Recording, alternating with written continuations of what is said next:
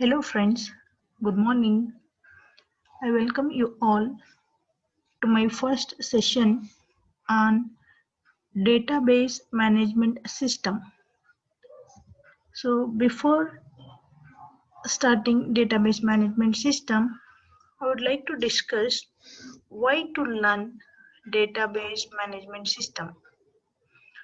So now if you see this image here, in this image many activities are running. So like in this image I have many menu bars, some tables, some activities are going on. Now from all these activities which are running in the real world, a lot of data will be generated. So now as lot of data is generating, so here we need to know about what is the data type or what type of data it is generating and where this data should go, how to store this data, how to manage the data, what are the different formats to store this data. So like this, so many questions will arise. So once the data has been generated, so now to know the solution for all these questions, so we need to learn the DBMS. So now to find the solution for all these problems, so we need to learn DBMS. But what are the contents of this DBMS which will help us to solve the many problems or the many questions which arise with the generation of the data? And if I learn these concepts, what am I able to do? So for that, first we'll see what are the different topics which come under database management system. So here we begin with the introduction of databases, then the different database languages which are used, the representation of the data using data modeling techniques, and once the data is represented using the diagrammatic representation called ER diagram. So next we will try to represent the data using relational model. Then we will apply different mathematical formulas for the management of the data using relational algebra. Then using different techniques we can represent the data from one format into different another format, like conceptual design to logical design, that you can do the mapping. So then by making use of a database language like SQL, we can perform different operations on the DBMS. So then we also learn here the different applications. So using those applications, we can retrieve the data from the database management system. And here we'll go through different case studies related to the DBMS.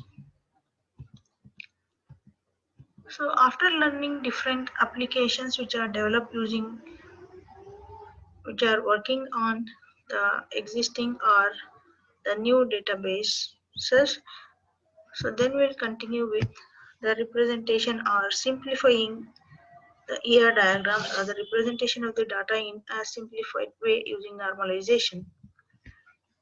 So for normalization, here we'll make use of different normalization forms, like normal form 1 till fifth normal form. So then we'll make use of different normalization algorithms. So once the database is ready, an efficient database is ready, so now we can perform different transactions. While performing the transaction, there is a possibility of redundancy, deadlock. So then, to avoid those, we can make use of different concurrency control techniques. And if some data is lost while doing this transaction, we'll learn different database recovery protocols during the transaction management. So now, throughout the course, in different sessions, we'll discuss all these points and we'll get the thorough knowledge about database management system. So now, if I learn these concepts, so here we have taken the help of the textbooks available in the market. So here I have specified some textbooks which are about the fundamentals of database management systems, authored by the well-known authors Elmas Srinavathe and Raghu Ramakrishnan. We also refer the textbooks from Silbert's Korth. Using these textbooks, we gather the knowledge towards DBMS. Now, we got why to learn DBMS. But after learning DBMS, the users or the viewers, the learners are able to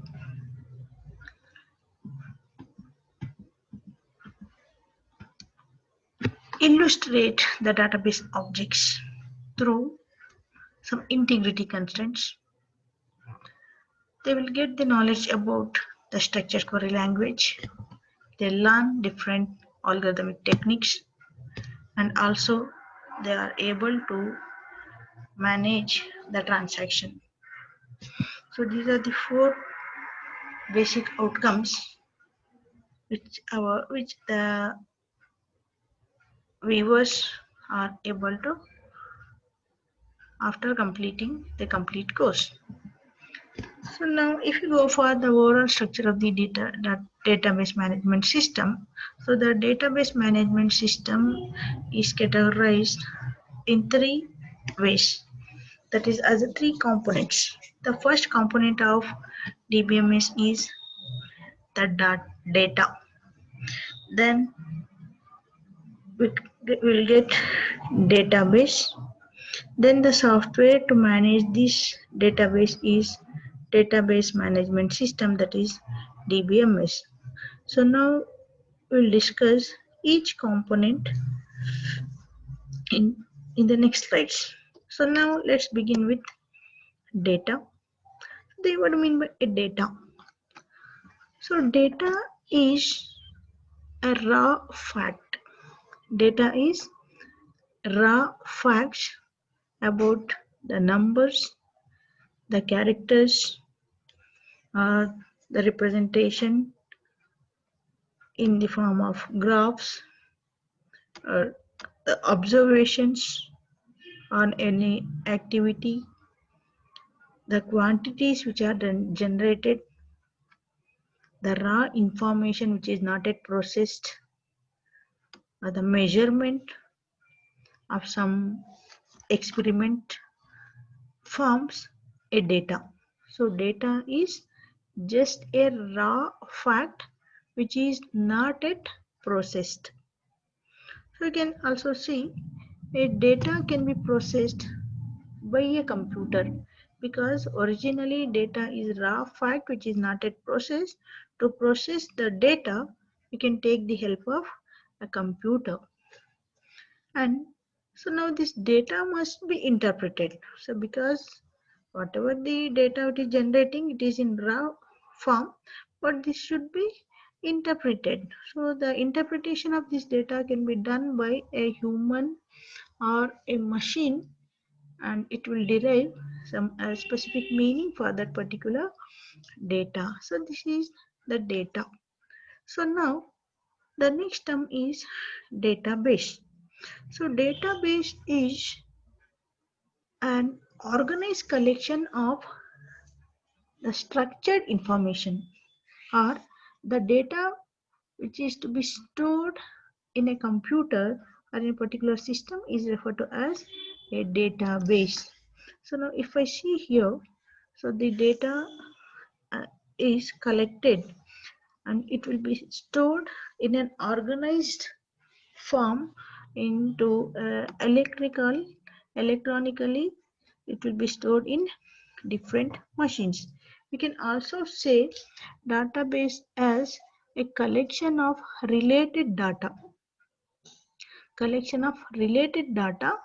which represent some aspects of the real world.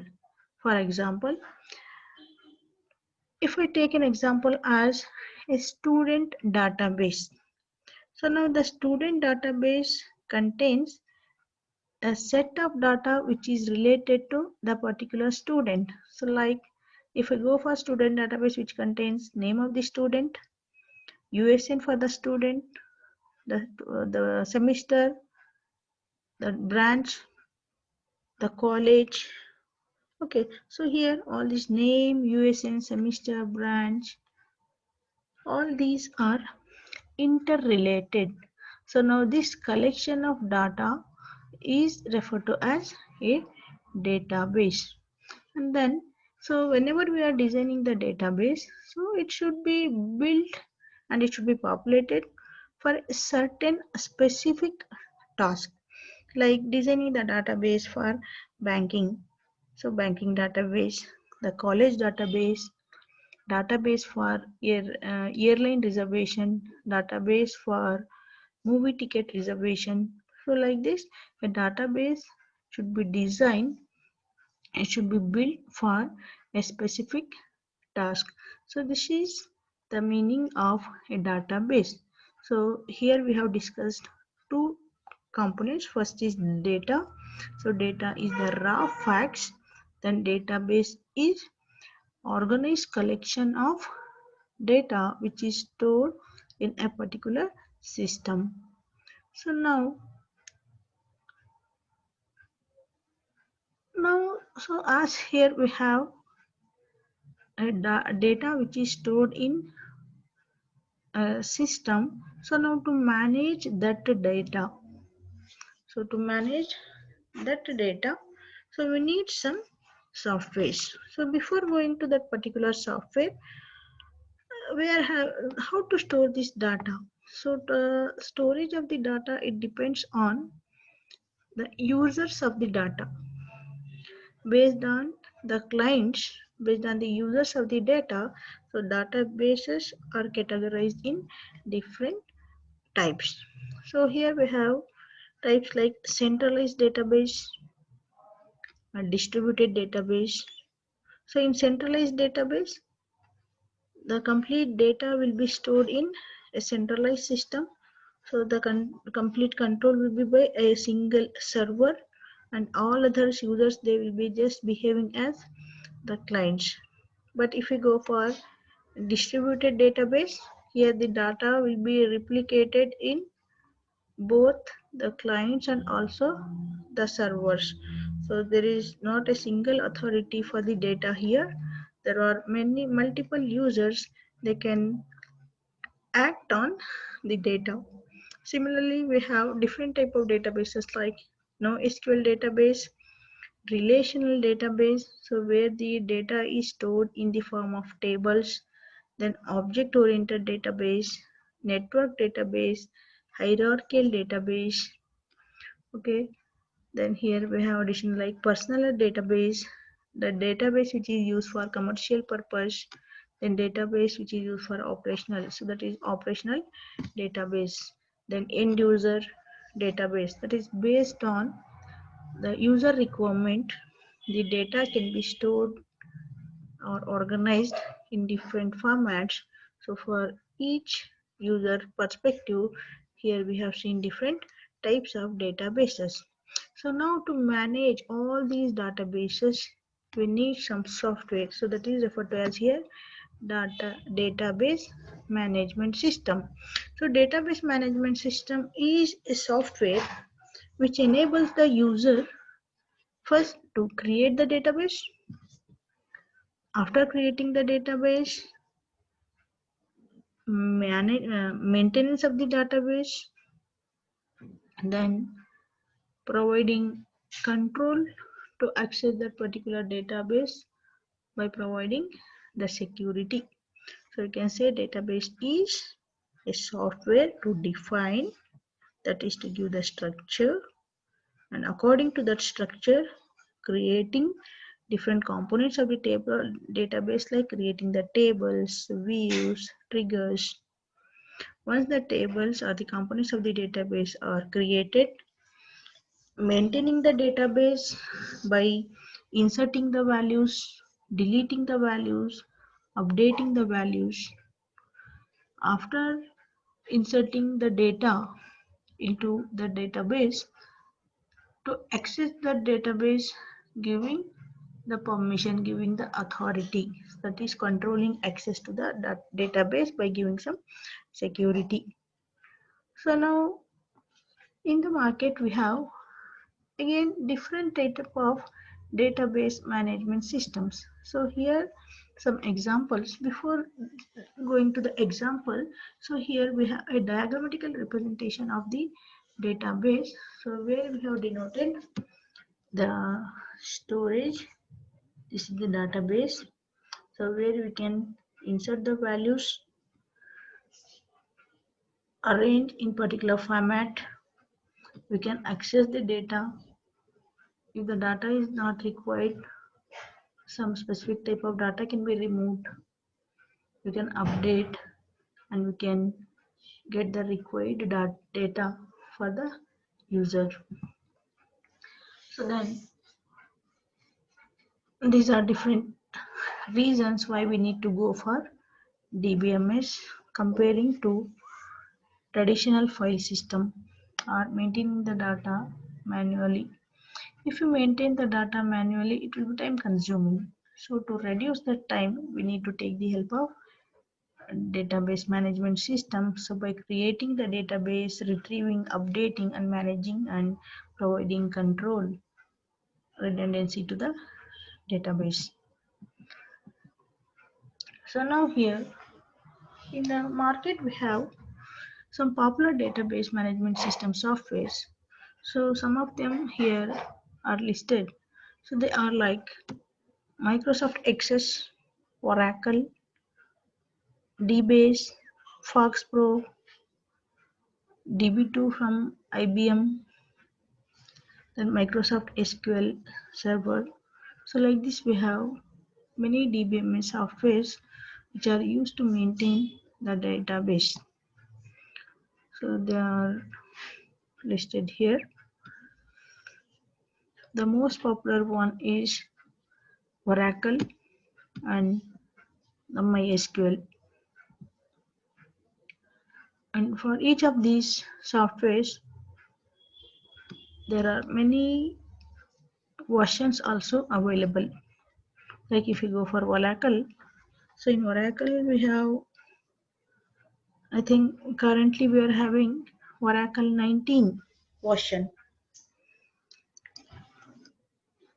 So now to design these DBMS softwares, we need to know about the languages available for database. So we'll see here the different database softwares for the working of this DBMS. So now here, if you see this database, here we have different DBMS softwares like MariaDB, SQL Server, Oracle, so SAP, MySQL. So like this here we have many softwares. Using these for these softwares, they will be making use of some specific program, specific database languages which are used for selecting the data, inserting the data, updating the data, okay, deleting the data. So to do all these operations, so we need some specific languages, that is the database languages. So now, as we have other programming languages for database, the language which is used for database, they're used to express the database queries and also for the updation of the database. So mainly these database languages are used for the creation and maintenance of a database in a computer. Some of the database languages are specified here, like Cypher, GQL, and SQL. The different vendors of these database languages are shown in this diagram. And in our course, we'll discuss about SQL in detail. So in general, if you go for any database language, so this database language has different types. The first type of any database language is DDL, that is data definition language. The next, data manipulation language, then data control language, then transaction control language. Now if I go for data definition language, so these are the statements which are used for creating the database. After creation, if you are not in need of the database or the tables anymore, we can drop those tables or we can drop those database. We can truncate the database. So later we'll see what are the difference between truncate and drop. Then if you like to change the name of the database, we can make use of rename statement and we can change. So now using these create, drop, truncate and rename, we can perform or we can give the structure for the database components. So then once the database is designed, then there we can perform different mathematical operations, that is for the manipulation of the data in the database. So now here, first with the help of select, we can retrieve the data from the database. Using insert, we can add new values to the database. If the data is not required, we can delete the database. If you want to change the already existing values, so with the help of update, we can change the data. So like this, by using select, insert, delete and update statements, the data in the database management system can be manipulated. So now the next is data control language. So as we know, database management system provide concurrency control, or it will provide access control to the user. So how it will control the access of the database? This can be done by making use of revoke and grant statement. With the help of grant, it will give permission, it will grant permission to the users of the database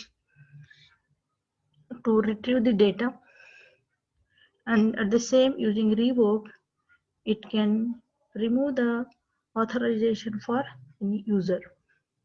Then finally, the database languages can be categorized as transaction control language. Now, using these languages, the database can be maintained, that is with the help of the commit statement. Whatever the data we have entered to the database, whatever the functions or operations we have done on the database can be saved. By using the rollback, the undo operations can be done. So that is, if you have done some activities, some operations, and if you don't want to store those activities, if you don't want to reflect the result of that activity in the database, we can roll back to the previous commit state. So like this, the DBMS languages are categorized as DDL, DML, DCL and TCL. About these statements, we'll study in the coming sessions in detail. So now till now, we have learned about the concepts of data, database, different type of databases, then software for managing the database, that is DBMS, then the languages used. So now if after learning this, now we'll see what are the different applications of these database management system. So now if we name any activity in the real world, that activity can be accomplished with the help of applications of DBMS. So like we'll start with in education sector, whether it is banking, online banking or transaction to the credit cards, the library management, reservation of railway ticket, reservation of airline, the manufacturing section.